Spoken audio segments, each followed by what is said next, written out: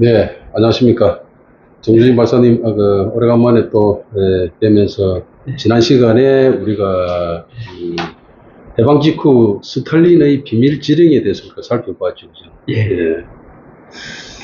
오늘 이 시간에는 또 우리가 주얼레가, 중국 공산당의 사실, 브레인이라고 봐야 되겠죠. 그죠? 이인자. 모택동단. 모택동단 2인자이면서도 상당한 학자적 자질을 갖고 있었고. 그리고 정보 활동을 주도했어요. 공산당. 공산당 정보 활동의 대가. 아마 이 주얼레도 공부를 프랑스에서 했죠. 프랑스에서 했고, 그런 당시의 엘리트인 것 같습니다. 그래서 이런 주얼레가 김일성에게 추천한 대남 공작원이 또 성시백이라고 또 있었는데, 그죠? 유명한 간첩인데, 지금 시대에서는 우리가 이런 성시백에 대해서는 까마득히 잊고 있는 거죠, 그죠? 그런데 아마도 우리가 이런 국가 정보 활동의 역사에서 빠뜨릴 수 없는 그런 대단히 의미 있는 그런 어떤 인물인 것 같습니다. 그래서 지금 이 시간에 성시백에 대해서 한번 또 살펴보기로 하겠습니다. 성시백에 대해서 좀 이렇게 또 그간에 공부하시고 또 특별히 또 이렇게 지적하실 그런 부분이 있는 것 같은데 한번 잘 말씀 한번 해주시죠. 예. 지난 시간에 이제 푸틴하고 김정은하고 군사 동맹을 맺어가지고 지금 국제적 파문이 크게 일어나고 있는데 이 상황에서 자연히 그러면 북한하고 중국하고 관계는 어떠냐 여기에 대해서 우리가 주목하게 됩니다. 그죠? 근데 그 당시에 해방 직후에 그러니까 이제 상황을 보면은 그 당시에 이제 일제가 패망하니까 중국 본태하고 만주는 중국은 내전 상태에 빠졌습니다. 내전 상태. 중국 국민당하고 공산당이 일본 제국주의에 대항할 적에는 합작을 했다가 연합을 했다가 일본이 패망하니까 전쟁 상태에 들어갔죠. 그 내전 상태에 빠지니까 해방 직후에는 중국은 중공, 공산당은 한반도에 신경 쓸 여력이 없었습니다. 여력이 없었네요. 그죠? 소련군이 돌아와가지고 스탈린 지령에 따라서 북한에 소련의 위성 정권을 세워나갔죠. 그런데 그 단계에서 그 와중에 김일성은 이제 북한의 지도자로 내정이 됐는데 한반도에 들어오니까 김일성은 그러니까 1940년 말경에 만주에서 빠지산하다가 소련으로 넘어갔는데 그리고 한반도를 비웠다가 들어오니까 국내에 연고가 없지 않습니까? 그때 그런 상태에서 성시백이라 하는 거물 공자원을 중국 공산당 그걸 이제 주얼레부터 소개받아갖고 난파를 시키게 되는데 그 경위에 대해서 좀 이번 시간에 말씀을 드리겠습니다. 그래서 소련용으로 넘어간 김일성이 북한에 들어오자마자 어떻게 성시백 그래서 이 성시백은 어떤 지위의 사람인가 하면은 지금 북한에서 자기들 말로 북한공화국 영웅 1호 영웅 1호 공화국 영웅 1호 그만큼 이제 북한의 김정은 세습집단 추앙받는 인물입니다. 자기들이 이제 건국에 기여를 했다. 그런 인물인데, 해방 직후에, 지금 한반도 공산화, 주도권을 놓고 이제 박은영하고 김일성이 경합을 했지 않습니까? 그렇죠. 그 당시에 남쪽에서는 해방되자마자 남쪽에서는 박은영이가 KGB온 샤브신하고 손을 잡고 좌파 세력을 규합해 나갔는데, 북한에서는 김일성이가 성시백을 주얼리한테 소개받아가지고 성시백을 난파시켜가지고 박은영하고 노선이 다른 세력을 규합해가지고 박은영과 규합하게 돼요. 대남 공작을 규합하게 됩니다. 그러면 박은영이는 샤브신하고 결탁이 되어 있으니까 박은영이는 소련파고 성시백은 주얼리하고 결탁이 되어 있으니까 중국 공산당파고 그렇게 봐도 되겠네요. 그렇게 됐습니다. 그런데 이제 그런 계열인데, 네. 우리가 이제 황포공간학교. 황포공간, 예. 많이, 네. 우리 저 구지 TV를 쭉 네. 보신 분은. 김원봉. 김원봉 할 때 많이 말씀을 드렸는데, 여기 성시백도 네. 황포공간학교 출신이에요. 성시백도 황포공간학교 출신이다. 예. 그때 주얼레가 교사였죠. 예. 프랑스에서 유학을 하고 와서 황포공간학교 정치부장을 하면서 황포공간학교를 좌의 그 부시간 게 주얼레지 않습니까? 그 당시에 성시백도 거기 있었어요. 그러니 일단 그 성시백이가 어느 정도 위상이라는 걸 조금 더 부연해 설명을 드리면, 그 해방공간에는 성시백이는 대남 공작을 하다가 6.25 전쟁이 일어나기 한 달 전쯤에 1950년 5월 15일 날 체포됐는데 그 체포될 때 성시백이가 포섭에서 활동시킨 간첩이 112명이었습니다. 간첩이 112명이라 그러면 얼마나 큰 공작망을 그 당시에는 우리가 화폐를 그 일제 조선까지 합했었기 때문에 그 성시백에 의해서 신문사, 기업체를 운영하면서 그 돈을 뿌리면서 어마하게 그 당시에 돈 가치가 있으니 공작금 가치가 엄청나겠죠. 활동이 끓이 좋았던 거죠. 그래서 성시백 그 아까 이제 조금 전에 말씀드렸지 성시백은 중국에서 활동했고 김일성은 극동 소련국 정찰부대가 세운 제88 특별정찰여당 그 기술대 갖고 있었는데 어째 이게 쪼인이 됐느냐 그걸 이제 조금 더 설명을 드리면 그 성시백은 원래 이제 황해도 출신인데 서울에서 중학을 마치고 공산주의 활동하다가 1920년대에 중국으로 건너가서 1930년대 초에 중국 공산당에 입당을 했습니다. 중국 공산당에 입당. 이 당시에 중국에서 활동하던 공산주의자들아 다 중국 공산당에 입당을 했습니다. 왜 그런가 하면 그 당시에 코민테른에서 1928년도에 한나라에는 한 당은 있다. 공산당은 하나다. 코민테른이라 하면 국제공산당. 그렇습니다. 국제공산주의 그 운동을 하던 국제공산. 레닌이 만든 좌파 단체죠. 국제단체. 그 코민테른에서 국제공산주의 조직.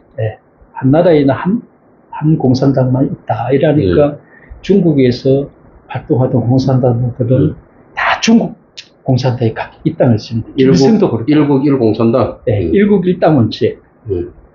이래 이제 했는데, 그 중국 공산당에 입당을 했는데, 그 당시에 그 성시백이 중국 공산당에서 입당해서 부여받은 임무는 그 당시에 중국 국민당은 중국 중경에 있었거든요. 본부가 수도가 중경이었는데, 중경에서 이제 지하 공작을 했는데, 그 당시 주얼레도, 그러니까 이제 황포공간학교에 가서 주얼레를 만났으니까, 이것도 김원봉 같이 이제 제자지요. 김원봉처럼.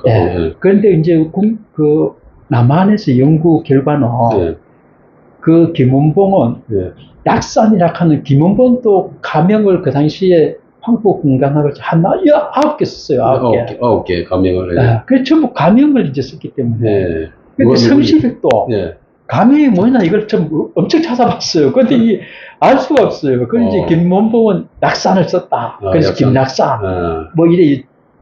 무슨 여러 가지가 가명이 나오는데 성시백이 본명을 썼고.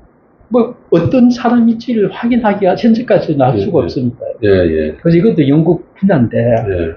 근데 참고로 그 당시에 그 중경에 우리 상해 임시정부가 있었잖아요. 그렇습니다. 그래서 이제 그 임시정부가 주얼레는 그 당시에 합작, 그러니까 국민당하고 국공 합작을 논의하기 위해서 원래 중국 공산당은 연안에 본부를 두고 있었지 않습니까? 그렇죠. 연안하고 중경하고 이렇게 가까웠어요. 그래서 이제 주얼레는 국민당하고 합작을 논의하기 위해서 중경에 자주 왔고, 이 성시백에게는 중경에서 주얼레의 지시를 받아서 한국 임시정부의 민족진영 있지 않습니까? 그 양반들을 공산화시키기 위해서.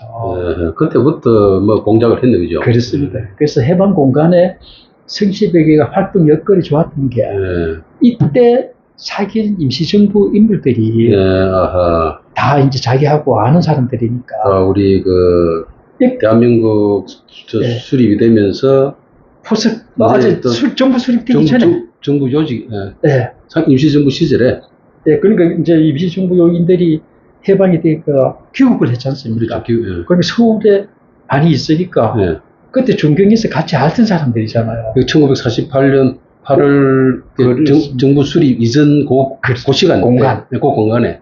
그 정부 수립되면서는 이제 남노당 세력이 여순사건 이런 것 때문에 군에 남노당 세력들이 많이 거세가 되지 않습니까? 그러니까 박은영 세력이 많이 없어졌는데 그 틈새에도 성시대가 그 임시정부 사람들하고 많이 하고 그래갖고 활동 여건이 군대라든가 포섭 그 공작을 많이 했어요. 그래 이처럼 이제 쭉 그 성시대가 중국에서 활동하던 사람인데 해방 후에 그걸 이제 그 김일성하고 연결이 됐던 겁니다. 그 전에는 그 김일성하고 연고가 없었네, 그죠? 연고가 전혀 없었어요. 그래서 이 대목에서 그럼 김일성하고 주울레가 소개했다 그러는데 어떻게 소개를 받았나? 김일성이도 소련에 있던 거 봤는데 궁금하지 않습니까? 누가 또 중간에서 또 연결을 했네, 그죠? 그래서 그 연결고리가 그 김일성이가 제1대당 대대장을 하던 88여단의 여단장이 제1대 여단장이 주보중이라 하는 주보중 중국 공산당은 그걸 이제 만주박진산에서 다시 이게 동북 항일연군이라 하는 동북 항일연군 책임자로 있다가 그런데 이제 일본군 토벌에 쫓겨서 소련용으로 넘어간 지게 그 가서 이제 그 88여단장을 했는데 그 당시에 그 김일성은 거기 대대장을 했죠. 1대 대대장했죠. 그런데 이제 이 순간에서 그나마 어떻게 만났는지 여기 상당히 의미가 있고 그리고 또 성시병은 6.25 전쟁이 일어나기 한 달 전쯤에 잡혔는데 그럼 잡히고 나서 어떻게 했는지 여기에 대해서도 지금 알려지지 않았습니다. 그래서 우리 인터넷 자료에 성시벽을 치보면 성시벽은 잡혀가지고 우리 국군에 의해서 총살됐다. 총살됐다 이렇게 나오는데 이것도 신빙성이 상당히 떨어지는 게 그 당시에 우리가 6.25 전쟁이 일어나고 북한 인민군이 서울을 기습하고 점령을 했지 않습니까? 점령해서 저기 서대문 그 형무소에 형무소에서 갇혀있던 그 공작원들 이런 사람들이 다 석방이 됐어요. 인민군들이 석방시켜가지고. 서울이 이제 해방이 됐으니까 자기네 식으로. 해방이 됐다. 이래갖고 만세 부르고 난리가 났죠. 그래갖고 이제 해방이 됐는데 특히 그때 풀려난 사람들 중에는 국회 뿌락지 사건으로 들어가 있던 노일한, 김옥주 이런 사람도 있었습니다. 이 노일한, 김옥주 이런 사람들은 국회의원이 있는데 국회의원이었는데 남도당 지령을 받아가지고 국회에서 주한미군 철수, 결의안 이런 이제 좌파 냄새가 나는 활동을 하다가 정체가 노출이 됐어요.